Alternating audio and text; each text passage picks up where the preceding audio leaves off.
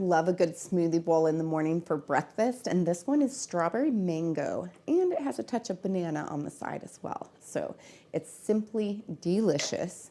And I start with 1 frozen banana, 1.5 cups of frozen strawberries, 1 cup of frozen mango, and 1 cup of milk. You can do whatever kind of milk that you prefer. I prefer whole cow milk, but I know some people who do a coconut milk or oat milk or almond milk. It's all up to you.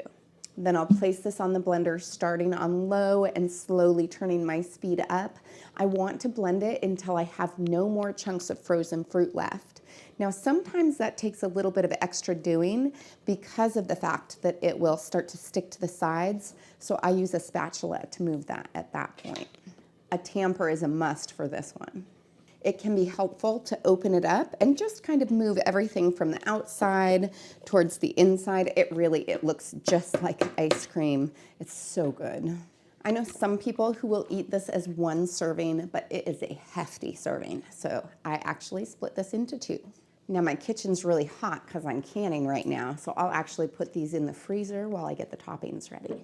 I like to add some fresh fruit to the top of my bowl, so I do that with a banana. Because I want this to look good, I usually don't include the ends, so I just eat them now. Then I cut the tops off of 4 strawberries, and I slice them down the sides. I like bigger chunks out of these, so I probably do them about 1/4 of an inch or so.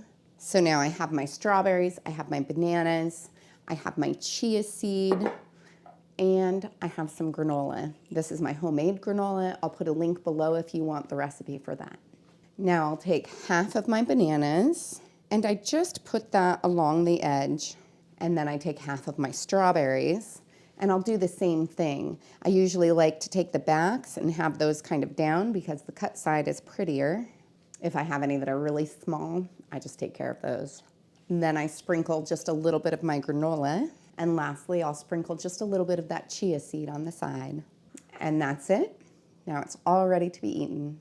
So now for the taste tester.